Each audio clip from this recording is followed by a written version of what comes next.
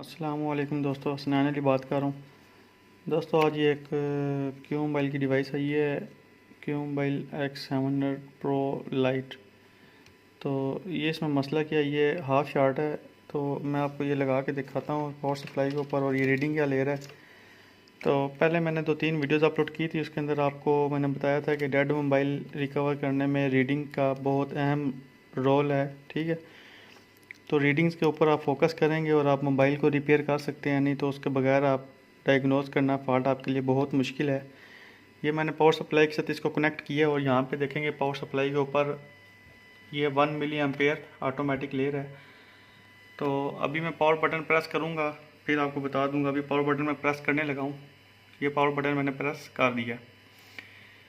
तो ये इसकी लगातार रीडिंग इधर ही रहेगी और पावर बटन छोड़ूंगा तो रीडिंग वापस आ जाएगी। दोबारा पावर बटन प्रेस कर रहा हूँ मैं इसका, ये प्रेस कर दिया। तो यहाँ पे आपने एक चीज़ का नोटिस करना है, वो चीज़ ये है कि देखें पावर बटन मैं प्रेस कर रहा हूँ, अभी दोबारा कर रहा हूँ तो ये डायरेक्ट 60 के बाद 200 से ऊपर रीडिंग चली जाती है, जबकि इसे स्टेप बाय स्टेप आगे मिली एम्पेयर लेना चाहिए। यानी कि 20, 30, 50, 100, 150, 200 इस तरह करके स्टेप बाय स्टेप ऊपर इसे मिली एम्पेयर लेना चाहिए।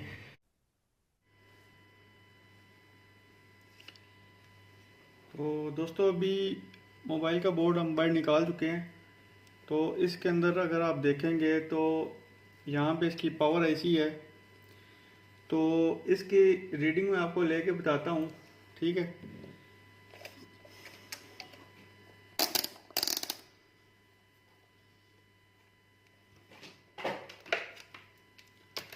तो ये मल्टीमीटर है, इसको बीप बजर मोड में रख रहा हूँ मैं, मल्टीमीटर जो है इसका। तो यहाँ पर इसकी वी बैट की जो मेन लाइन है उसको अगर हम चेक करेंगे तो वो आपकी यहाँ पे शार्ट नहीं है, 350 रीडिंग दे रही है डायोड मोड के अंदर, ठीक है। तो उसके बाद यहाँ पर हमने जो पावर आईसी है इसकी हमने जितनी भी आउटपुट्स होती हैं वहाँ पर रीडिंग चेक करनी है। तो सबसे पहले हमने इस पावर आईसी को ये देखना है कि इसका इनपुट कौन सा और आउटपुट कौन सा है, और हमेशा जो जिस साइड पे कॉइल्स लगी होती हैं वो साइड इसकी आउटपुट होती है। यहाँ पर ये इसका सीपीयू लगा हुआ है और इस साइड पे इसकी पावर आईसी ये ईएमएमसी लगी हुई है। तो जिस साइड पे इसका आउटपुट होगा उस साइड पे कॉइल्स लगी हुई होंगी, ठीक है। तो अभी हमने यहाँ पर स्टेप बाय स्टेप ये सारे जितने भी कंपोनेंट्स लगे हुए हैं, कैपेसिटर लगे हुए हैं, इनको चेक करना है। इनमें अगर कोई कैपेसिटर की रीडिंग हाफ शार्ट आएगी या फुल शार्ट आएगी तो वो मैं आपको बता दूंगा, ठीक है। तो यहाँ पर चेक करते हैं हम।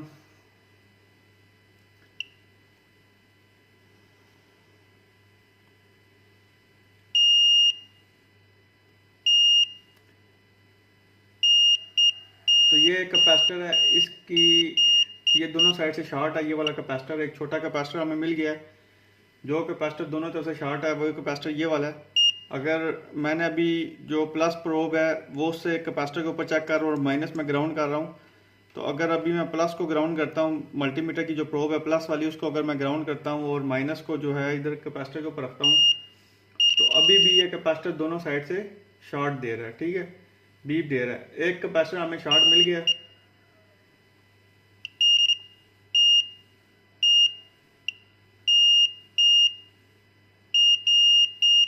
ये देखें एक और लाइन हमें शॉर्ट मिल गई है, यहाँ पर एक और कैपेसिटर है, ये ये एक और लाइन हमें शॉर्ट मिल गई है, ये भी कैपेसिटर शॉर्ट है।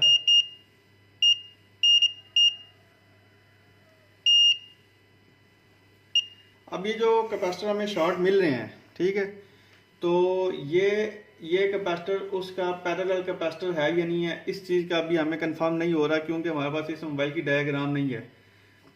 यहाँ पे आउटपुट की जो कॉइलें हैं इनको चेक करेंगे हम।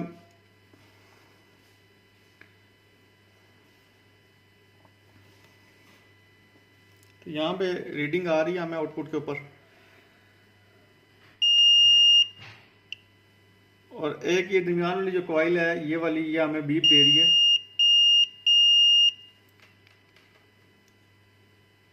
ये कॉइल बीप दे रही है और बाकी कॉइलें ओके हैं। और यहाँ पर नज़दीक नज़दीक कैपेसिटर जो है हमें 1, 2, 3 कैपेसिटर शॉर्ट मिले हमें।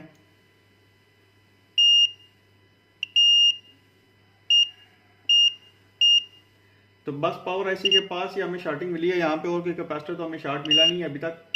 3 कैपेसिटर शॉर्ट मिले हैं और एक कॉइल जो है वो बीप दे रही है शॉर्ट है, क्योंकि कॉइल जो है मैंने आपको बताया कि सीरीज में होती है। अगर कॉइल शॉर्ट हुई है तो कॉइल खुद शॉर्ट नहीं होती। यहाँ पर अगर आपको एक बात बताऊं कि अगर यहाँ पर आप इसको कुछ हाई एम्पेयर देंगे करंट, तो यहाँ पे ये कॉइल हीट अप होनी शुरू हो जाएगी। तो लोग ऐसा करते हैं कि कॉइल को समझते हैं कॉइल शॉर्ट हुई है, जबकि कॉइल के ऊपर लोड होता है, क्योंकि मिडल पॉइंट पे होती है, दोनों साइड से कॉइल के ऊपर लोड आ रहा होता है, जिसकी वजह से कॉइल हीट अप हो जाती है। तो अभी कॉइल का एक सिरा यहाँ से आप देख सकते हैं कि पावर आईसी के अंदर जा रहा है, और दूसरा सिरा जो है यहाँ से अगर किस साइड पे है वो हमें आइडिया नहीं है, क्योंकि इसकी डायग्राम हमारे पास अवेलेबल नहीं है। तो इसमें मैंने अभी आपको बताया कि यहाँ पर हमें 3 कैपेसिटर और एक, अब यहाँ पर ये तो कैपेसिटर हम स्टेप बाय स्टेप रिमूव करें या हम ये कॉइल को रिमूव करेंगे। अभी यहाँ पे हमने ये करना है कि ये जो सप्लाई यहाँ से आउटपुट हो रही है, आउटपुट के ऊपर ये कॉइल लगी हुई है, ठीक है।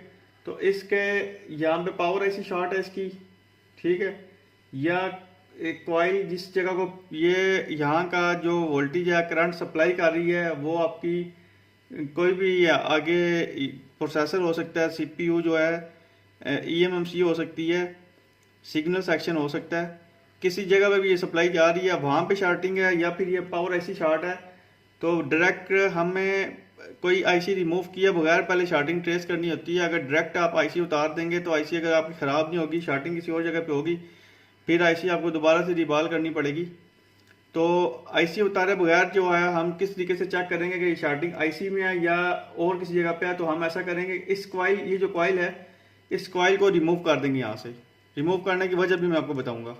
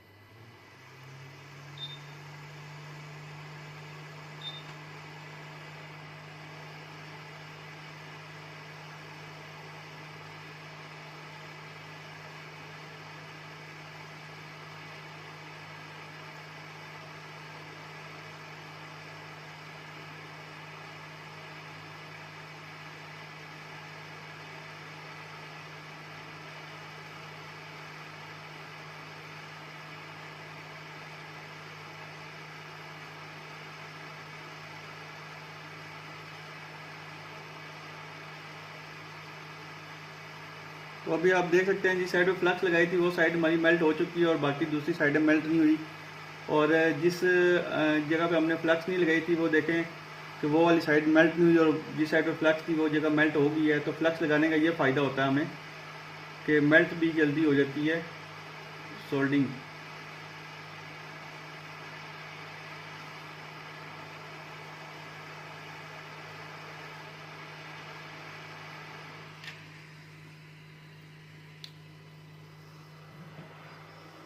तो अभी हमने कॉइल रिमूव कर लिया, अब थोड़ा सा वेट करेंगे अभी, क्योंकि फ़ौरन से जब बोर्ड बहुत ज़्यादा हीट होगा तो उसको बोर्ड अपनी एक्चुअल रीडिंग हमें शो कराएगा ही नहीं, ठीक है।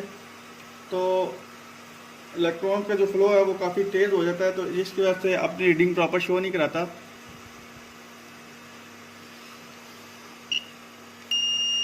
तो अभी इसको थोड़ा सा कूल होने का वेट करेंगे हम, उसके बाद हम चेक करेंगे।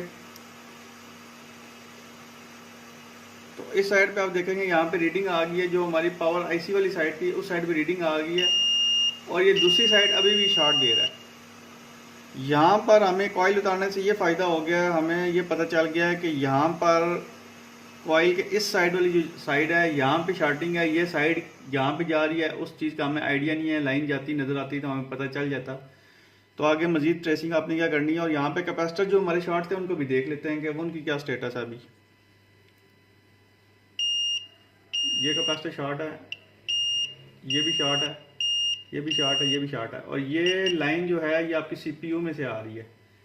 ये सीपीयू लगा हुआ आपका, और ये लाइन, ये वाली जो शॉर्ट है लाइन, ये सीपीयू से निकल के आ रही है, ठीक है। ये लाइन सीपीयू से निकल के आ रही है। तो ये वाली जो लाइन है, ये कैपेसिटर जो है ये पावर आईसी से शॉर्ट है, ठीक है, पावर आईसी से लाइन निकल रही है, इसका सीपीयू से ताल्लुक नहीं है। तो अभी इसका नेक्स्ट स्टेप ये करना है कि ये जो पॉइंट शॉर्ट है ये वाला, इसको ट्रेस करना है कि ये पॉइंट किधर जा रहा है।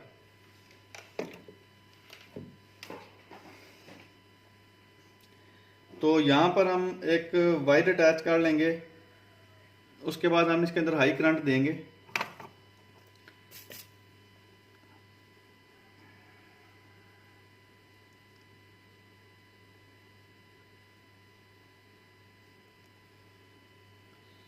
तो यहाँ पर आप वायर अटैच कर लिया है। अभी इसके ऊपर हमने लगाना है, पहले तो इसको करना है कूल, ठीक है। बोर्ड अभी हीट अप है, इसके ऊपर हम अगर रोज़ा लगाएंगे, जो इसका रोजिन है जिससे हमने स्मोक बनानी है, तो वो स्मोक मेल्ट हो जाएगा, क्योंकि बोर्ड काफ़ी तरह हीट है। बोर्ड को पहले हमने करना कूल।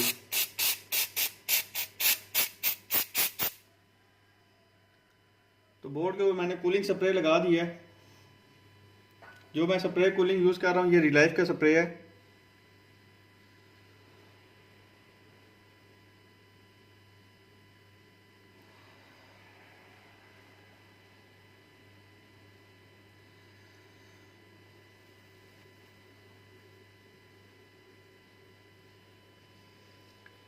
तो अभी इसके ऊपर हम रोज़ा लगाएंगे, स्मोक जो है रोजिन का वो लगाएंगे इसके ऊपर। वो अच्छे तरीके से हमने इसके सारी तरफ इसके पहुंचाना है हमने।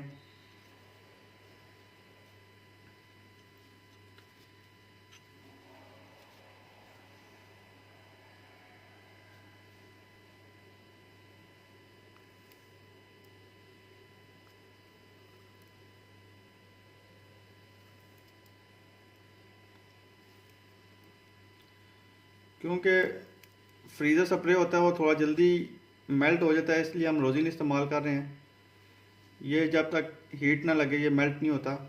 रोजिन स्प्रे जो है ये रोजिन है, और जो आपका फ्रीज़र स्प्रे होता है वो आपका थोड़ी देर के बाद, कुछ सेकंड के बाद, 15-20 सेकंड 10 सेकंड के बाद जो है ऑटोमेटिक अपना मेल्ट हो जाता है। और वो कॉस्टली है, काफ़ी महंगा पड़ जाता है वो। तो लिहाजा आप अगर ये यूज़ करेंगे, ये ओरिजिनल रोजिन है, ये इंडोनेशियन, ये मैंने मंगवाया था स्पेशल इसी मकसद के लिए। जो आम रोजिन मार्केट में मिलता है वो इस तरह का काम नहीं करता। तो इसका अच्छे तरीके से हर तरफ हमने रोजिन लगा देना है, कोई जगह बचे ना खाली। चलो अभी यहाँ पे एक बहुत ज़्यादा ज़रूरी बात आपको बताने लगा हूँ मैं। यहाँ पे आपने एक बहुत ज़्यादा ज़रूरी चीज़ का ख्याल रखना है। वो ये चीज़ है कि इस लाइन के अंदर हम शार्टिंग ट्रेस करने लगे हैं। जो ये लाइन के ऊपर हमने तार लगाई है, तो यहाँ पर हमने वोल्ट कितने अप्लाई करने हैं। देखें, एक चीज़ ये है कि मैंने आपको बताया कि मेरे पास इस मोबाइल की डायग्राम अवेलेबल नहीं है, ना ही इनकी मिलती है। ये क्यों मोबाइल है, इनकी चाइना की डायग्रामें वगैरह नहीं आती हैं। तो ये जो है अनडिफाइंड हमारे पास ये लाइन है, ये जहाँ पे हमारी शार्टिंग है। तो ये लाइन आपकी 4 वोल्ट की है, 3 वोल्ट की है, 3 वोल्ट की है, 2.8 वोल्ट की है, या 1.8 वोल्ट की, 1.8 वोल्ट की है। तो जो हमारी पावर आईसी से आउटपुट्स निकली होती हैं, जो सेकेंडरी लाइन है वो 1.8 वोल्ट और 2.8 वोल्ट के ऊपर चल रही होती है। अगर तो ये 1.8 वोल्ट या 2.8 वोल्ट है, तो यहाँ पे अगर हमने 4 वोल्ट दे दिए, तो ये लाइन जिधर जिधर जा रही है वो सारी चीज़ें डैमेज हो जाएंगी आपकी हाई वोल्टेज की वजह से। ठीक है, हाई करंट तो थोड़ा बहुत बर्दाश्त कर लेगी, लेकिन वोल्टेज नहीं बर्दाश्त करेगी। तो अब यहाँ पर ट्रेसिंग करने के लिए हमने वोल्ट कितने अप्लाई करने हैं। वोल्ट हम यहाँ पे अप्लाई करेंगे 1.8 वोल्ट। ठीक है, करंट हम 3 एम्पेयर दे रहे हैं और वोल्टेज हम दे रहे हैं 1.8 वोल्ट। अगर ये लाइन ज़्यादा वोल्ट की भी है, अगर 4 वोल्ट की भी है, इन केस अगर 2.8 वोल्ट की भी है, तो उसको नुकसान तो बिल्कुल नहीं है, उसका फ़ायदा ही है। लेकिन अगर ये हमारी लाइन कम वोल्ट की, यहाँ पे वोल्टेज हमने 4 वोल्ट दे दिया, तो ये आपका डिवाइस बर्बाद हो जाएगी, वैसे ही ख़राब हो जाएगी। ये आपको मज़ीद इसके ऊपर काम करने का फ़ायदा ही नहीं होगा। तो मैं अभी यहाँ पर रेड वायर के साथ पावर सप्लाई की रेड वायर लगा रहा हूँ, और पावर सप्लाई मेरी 1.8 वोल्ट के ऊपर सेट है, और यहाँ पर इसका जो एम्पेयर है 3 एम्पेयर पे सेट है।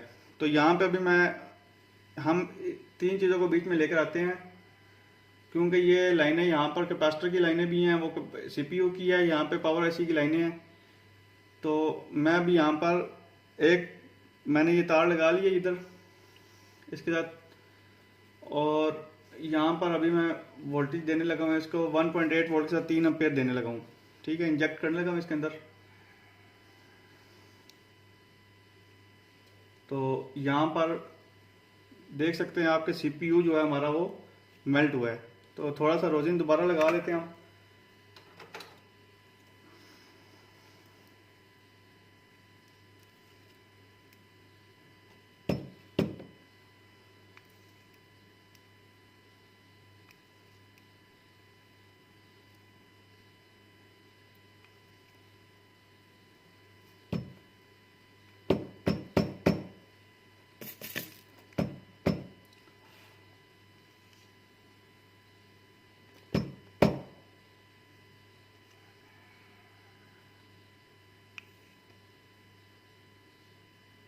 तो दोबारा मैं यहाँ पे रोजिन लगा के अब मैं इसके ऊपर इंजेक्ट कर रहा हूँ वोल्टेज।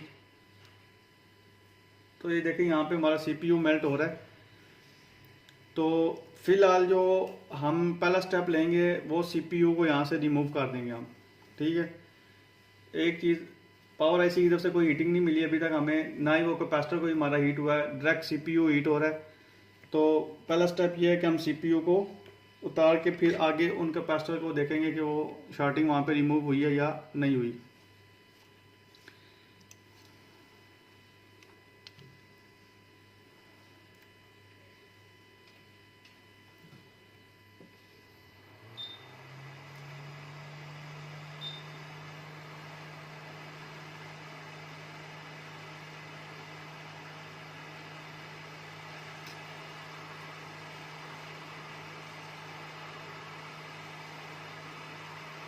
तो यहाँ पे हमने रोजिन को इसी तरीके से हमने यहाँ पे स्प्रे किया हुआ था, यानी कि स्मोक उसका लगाया हुआ था। जब हमने हीट दी है तो स्मोक उसका मेल्ट होके ब्रोजे की शक्ल इख्तियार कर गया, पेस्ट की शक्ल इख्तियार कर गया। तो यहाँ पे हमें पेस्ट लगाने की फ़िलहाल कोई बहुत ज़्यादा ज़रूरत नहीं है। ठीक है, अगर आप लगाना चाहते हैं तो थोड़ा सा लगा लें। मैं ये अभी फ्लक्स इसके ऊपर लगा रहा हूँ। फ्लक्स और इस लगाने का ये फ़ायदा होता है कि आपका जो भी बोर्ड है उसके अंदर जो भी कंपोनेंट है वो जल्दी मेल्ट हो जाता है।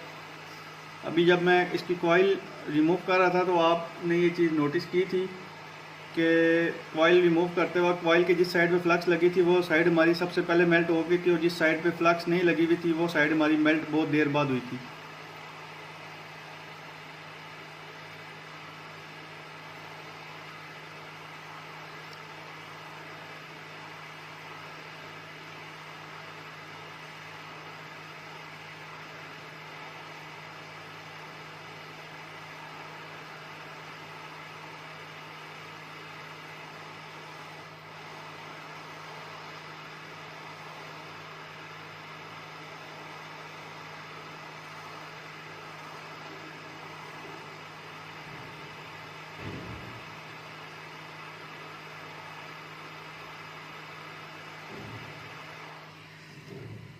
तो इसका सीपीयू हमने रिमूव कर दिया है।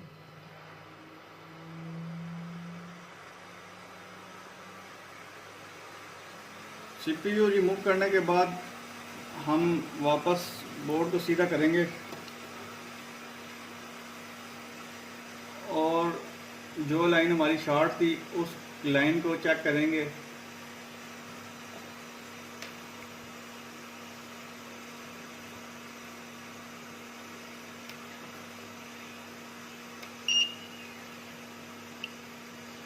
तो अभी ये देखें, ये लाइन हमारी क्लियर हो चुकी है। यहाँ पे अब हमारे पास रीडिंग आ गई है, और फिर यहाँ पे कैपेसिटर भी शॉर्ट थे, उनको भी देखना है हमने। तो इस कैपेसिटर के अंदर भी रीडिंग आ गई है, यहाँ पे भी रीडिंग आ गई है, और यानी कि ये इसका सब कैपेसिटर का जो लिंक था वो सीपीयू से ही था। ठीक है, तो अभी सॉरी, आपको एक चीज़ बताना भूल गया था मैं शुरू में। बैटरी टर्मिनल, ये जो बैटरी टर्मिनल है इसके ऊपर रीडिंग जो थी, अगर हम अभी जिस तरह फॉरवर्ड बायस जिसे कहते हैं, फॉरवर्ड बायस के अंदर देख रहा हूँ तो यहाँ पे आप देखें अभी यहाँ पर कोई भी रीडिंग ये नहीं ले रहा, और रिवर्स के अंदर देखते हैं तो ये 261 रीडिंग ले रहा है। ये भी क्योंकि बोर्ड हीट अप है इसलिए ये अपनी एक्चुअल रीडिंग शो नहीं कर रहा। तो ये देखें जैसे जैसे बोर्ड कूल होता जा रहा है रीडिंग हमारी अबव होती जा रही है, तो बोर्ड हमारा कूल होगा तो रीडिंग एक्चुअल शो करा देगा। और फॉरवर्ड बायस की भी रीडिंग देखते हैं हम, तो ये देखें इसने रीडिंग ली है कुछ 800 रीडिंग लेके इसने जीरो कर दिया, हाई रीडिंग लेके जीरो कर दिया इसकी वजह से, यानी कि इसके अंदर भी हाफ शार्टिंग नहीं है। और पहले जब हम इसको लगा रहे थे तो यहाँ पर हमें 600 रीडिंग दे रहा था ये, ठीक है। यहाँ पे जब फॉरवर्ड बायस में देख रहे थे तो 600 रीडिंग दे रहा था, वो आपको बताना याद नहीं रहा, माजरत इस चीज़ का, इस चीज़ के लिए माजरत। तो अभी हमने ये करना है कि ये जो CPU उतारा है हमने इसके पॉइंट जो है इसको क्लीन करना है, और क्लीन करने के बाद अब ये CPU हमारा शॉर्ट हो चुका है। यहाँ पे CPU को नहीं रिबॉल करना आपने, जो आईसी आपकी शॉर्ट हो जाए, हीट अप हो रही हो, वहाँ पर आपका अगर तो वाटर डैमेज है फिर तो आप रिबॉल करके मसला हल कर सकते हैं कि नीचे कार्बन की वजह से वो पॉइंट शॉर्ट होने की वजह से हीट अप हो रहा है। लेकिन अभी ये सेट वाटर डैमेज नहीं था यहाँ पर, सॉरी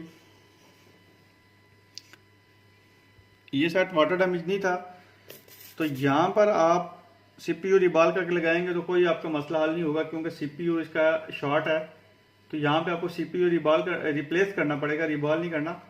तो ये CPU बहुत कॉमन सा CPU है, और ये पुराने मॉडल्स के अंदर भी बहुत सारा लगा हुआ है। 6280A CPU का नंबर है, मॉडल नंबर।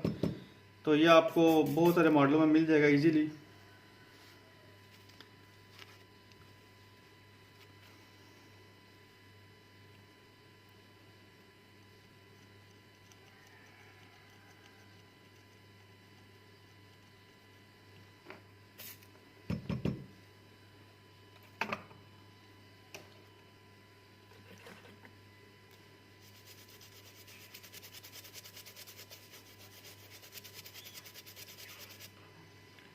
तो अगर हम इसके ऊपर जब दूसरा CPU लगाएंगे तो वो सही अच्छे तरीके से यहाँ पे माउंट तब होगा जब आप अच्छे तरीके से नीचे आपने साफ़ किया होगा।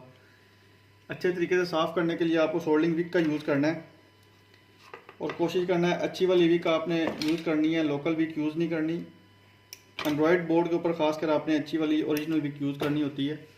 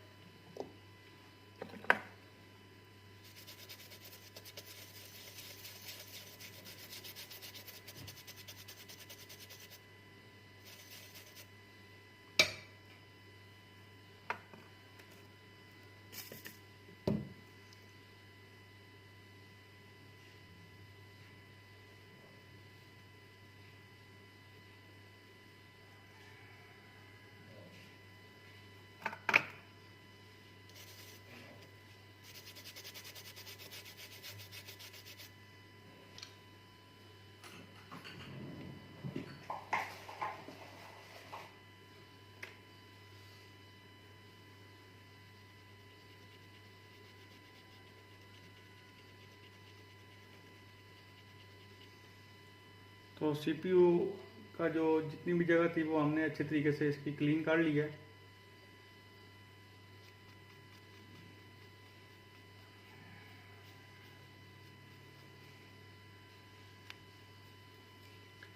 तो अब यहाँ पर हम न्यू सीपीयू लगाएंगे जो किसी और बोर्ड से हमने उतार कर लगाना है, ठीक है।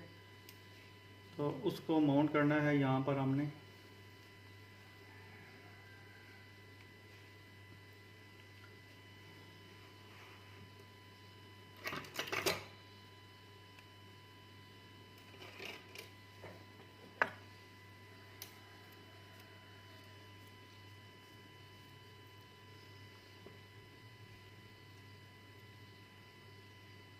तो सबसे पहले फ्लक्स लगा लेनी है हमने।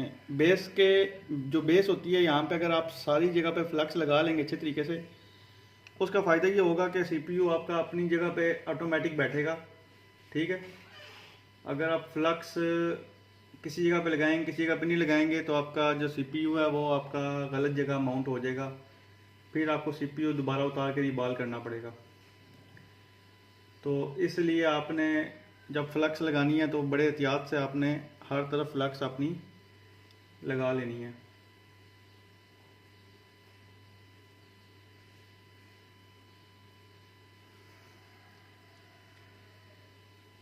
तो ये देख सकते हैं इस तरीके से फ्लक्स को हर तरफ लगाना है। इससे आपकी कोई भी आईसी है, अगर आप वहाँ पे सारी जगह पे फ्लक्स लगा चुके होंगे, और बहुत ज़्यादा मिकदार में भी नहीं लगाना। अगर आपने फ्लक्स बहुत ज़्यादा मिकदार में लगा दिया तो फिर आपका सीपीयू फ्लोटिंग करना शुरू कर देगा, ऊपर तैरना शुरू कर देगा, और तैर के किसी और जगह पे बैठ के मेल्ट हो जाएगा। मेल्ट होने के बाद किसी और जगह पे माउंट हो जाएगा, ठीक है, लग जाएगा किसी और जगह पे। तो फ्लक्स सारी जगह अप्लाई करनी है, लेकिन बहुत ज़्यादा नहीं अप्लाई करनी। अब सीपीयू मैं न्यू लगा रहा हूँ इसके ऊपर।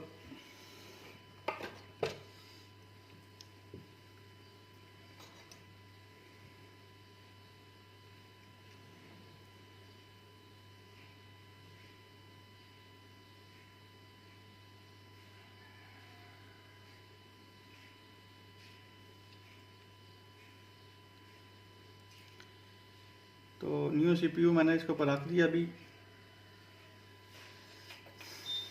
तो सीपीयू को हम होल्ड करेंगे अपनी जगह पर बिठाने के लिए।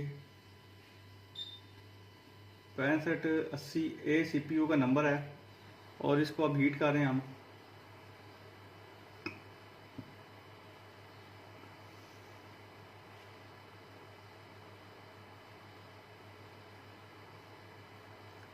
तो ये सीपीयू अपनी नीचे वाली साइड से अपनी जगह पे नहीं है।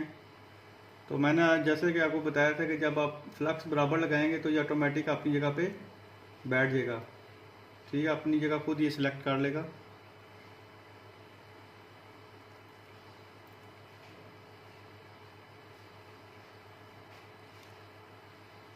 तो यहाँ से नीचे वाला कार्डर पे आप देख रहे हैं सीपीयू नीचे की तरफ खुद ब खुद जो है अपना उस साइड पे खिसक के अपनी जगह पे ऑटोमेटिक बैठ गया।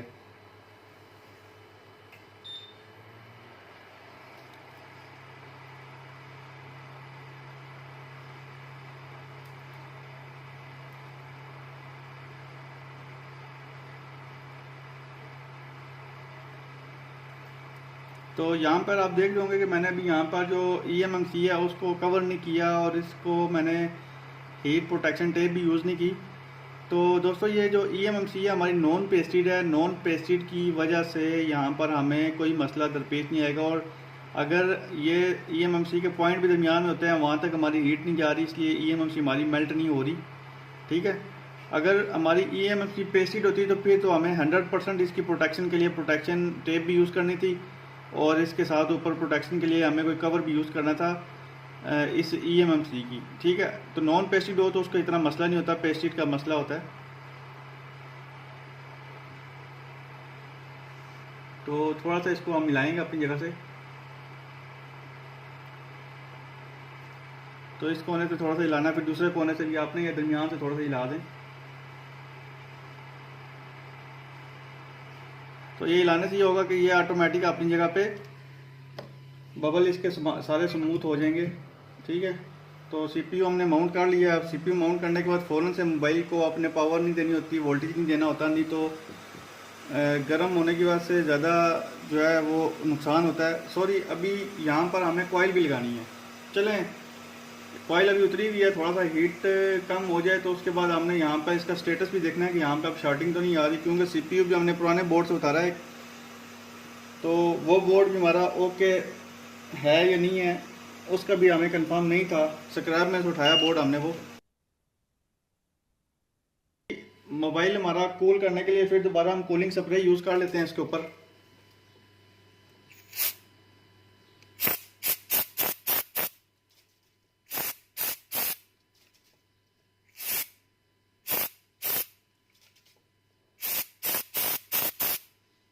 तो अभी मोबाइल हमारा थोड़ा सा कूल हुआ होगा, प्रॉपर कूल नहीं हुआ इसलिए रीडिंग अपनी प्रॉपर नहीं दे रहा, तो हम कूलिंग स्प्रे और यूज़ करते हैं।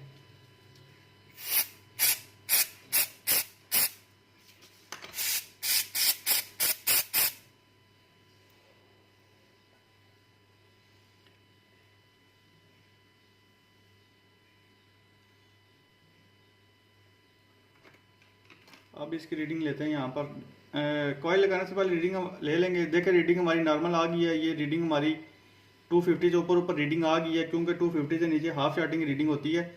तो अभी हम कूलिंग स्प्रे अप्लाई किया तो अब मोबाइल हमारा कूल हुआ है, तो देखिए इसने अपनी एक्चुअल रीडिंग यहाँ पर शो कर दी है। अब यहाँ पे कॉइल भी लगा देंगे हम।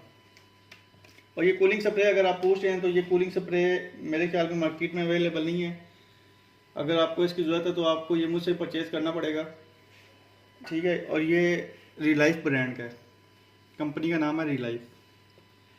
तो यहाँ पे थोड़ी सी फ्लक्स लगाएंगे और यहाँ पे हम कॉइल दोबारा माउंट करेंगे यहाँ पर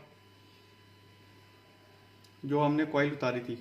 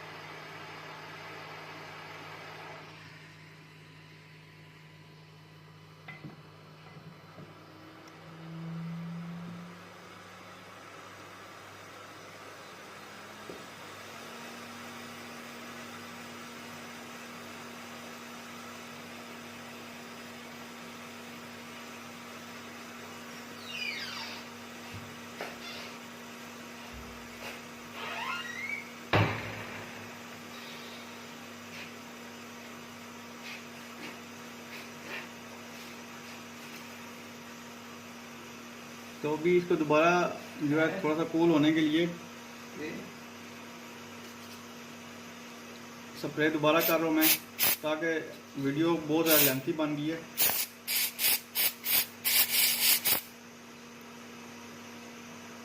कूल करने के लिए स्प्रे आपने फ़ौरन से नहीं डाल देना, थोड़ा कुछ सेकंड वेट करने के बाद इसको स्प्रे अप्लाई करना है। तो अभी हम पावर सप्लाई के साथ कनेक्ट करके इसको देखते हैं कि अभी इसका क्या स्टेटस है।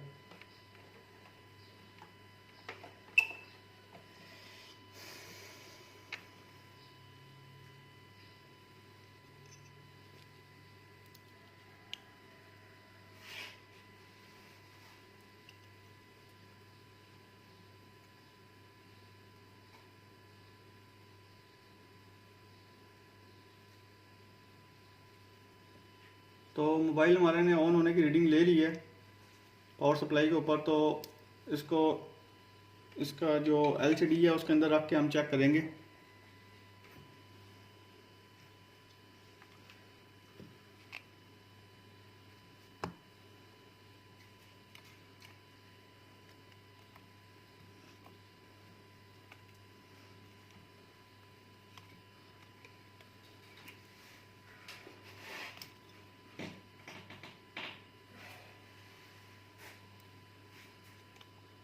मसला की बना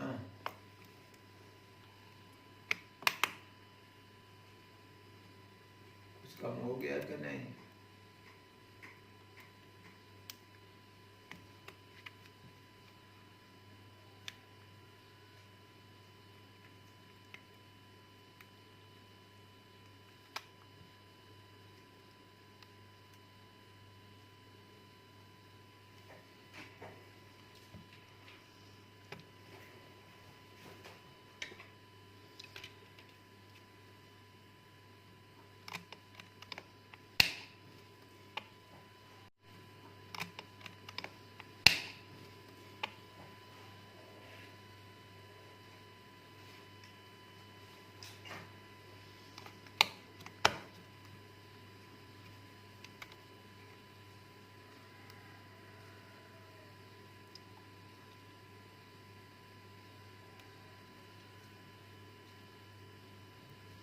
तो अभी इसके ऊपर क्यू मोबाइल लिखा हुआ आ गया है, लेकिन मे भी इसकी लाइट का मसला है, तो वो क्यू मोबाइल बिल्कुल मध्यम सा लिखा हुआ आ रहा है इसके ऊपर।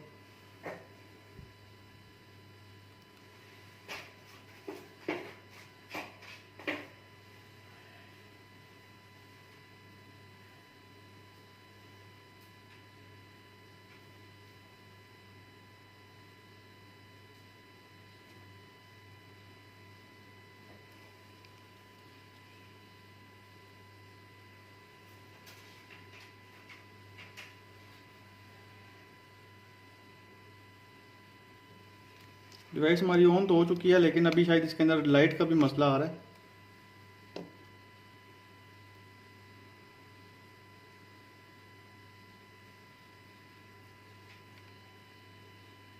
डिस्प्ले बैक लाइट का मसला है इसके अंदर। और अभी मैं इसकी रीडिंग आपको पावर सप्लाई के ऊपर दिखा देता हूँ, उन्होंने की रीडिंग।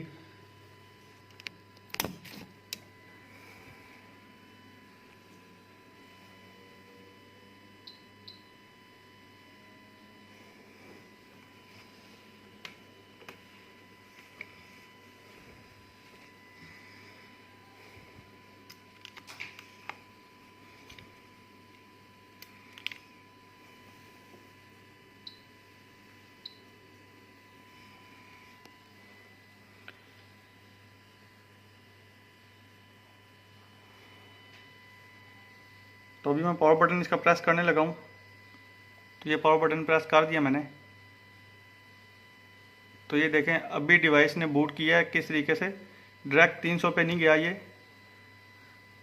और यहाँ पर आप देखेंगे तो यहाँ पर डिस्प्ले के अंदर क्यू मोबाइल लिखा हुआ आ चुका है इसके, ठीक है। ये क्यू मोबाइल लिखा हुआ है इसके अंदर।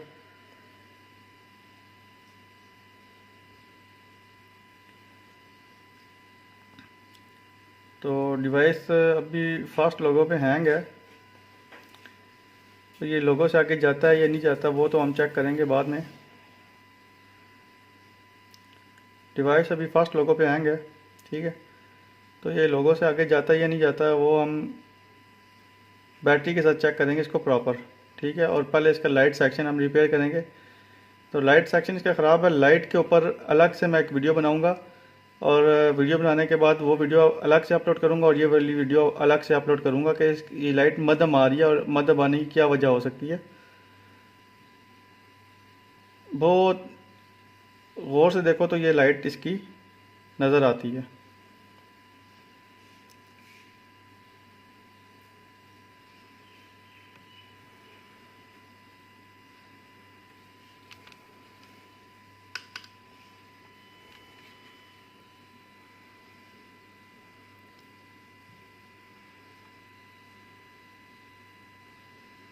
या ईएमएमसी का मसला हो सकता है या फ्लैशिंग। ये सॉरी मोबाइल हमारा देखें अभी प्रॉपर ऑन हो गया है।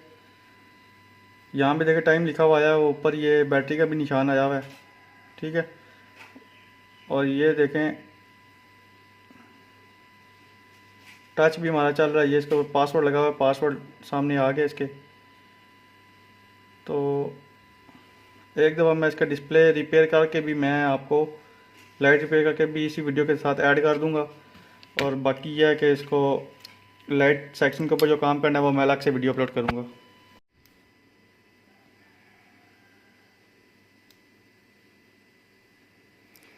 तो ये दोस्तों देख सकते हैं हमने इसकी लाइट रिपेयर कर ली है। तो दोस्तों इस तरीके से अगर आपके पास कोई हाफ शॉट मोबाइल आ जाता है तो इस तरीके से स्टेप बाय स्टेप आप उसको डायग्नोज कर सकते हैं, ठीक है, इजीली। तो आपने सिर्फ ये ध्यान रखना होता है कि जो लाइन इसकी शॉर्टिंग जिस लाइन में थी, ठीक है, आपने उस लाइन की वोल्टेज के ऊपर देखना होता है, वहाँ पे आपने कोई ज़्यादा वोल्ट इंजेक्ट नहीं करने होते। तो क्योंकि आजकल कुछ दोस्तों ने वो शॉर्ट किलर जो है बैटरियों से भी बनाए होते हैं, लेकिन आपको उस शॉर्ट किलर की वोल्टेज देखनी होगी। आप ऐसी बैटरी ले लें जिसके वोल्ट 1.8 वोल्ट हों, ठीक है। उनको आप पैरेलल लगा लेंगे तो उनका पैरेलल लगाने से वोल्टेज सेम रहेगा, उसका सिर्फ जो करंट है वो बढ़ जाएगा। तो करंट से कोई इशू नहीं है, ये देख सकते हैं आप। तो इसका लाइट हमने रिपेयर कर लिया। लाइट रिपेयर करने के बाद हमने इसका पासवर्ड रिमूव किया। तो देख सकते हैं लाइट इसकी हमने रिपेयर कर ली है। अभी इसकी लाइट बिल्कुल ओके चल रही है, ये मोबाइल हमारा ओके हो गया। तो अभी देख सकते हैं कि जो इसकी ये वो लाइन थी वो हमारी लाइन सीपीयू में जा रही थी और उस लाइन के ऊपर हमने 1.8 वोल्ट इंजेक्ट किए हैं क्योंकि वो 1.8 वोल्ट की ही लाइन थी। अगर उसके ऊपर हम शार्टिंग ट्रेस करने के लिए 4 वोल्ट दे देते तो उससे हमारा नुकसान ये होना था कि इसका सीपीयू के बजाय, सीपीयू तो ऑलरेडी शॉर्ट है ही है था, इसकी ईएमएमसी भी ख़राब हो जानी थी। तो इसकी ईएमएमसी के अंदर जब ज़्यादा वोल्ट चले जाने थे ईएमएमसी भी ख़राब हो जानी थी। तो फिर इसके लिए इसको रिपेयर करने के लिए सिर्फ सीपीयू रिप्लेस नहीं करना था, फिर हमें ईएमएमसी भी रिप्लेस जो है करनी पड़ सकती थी।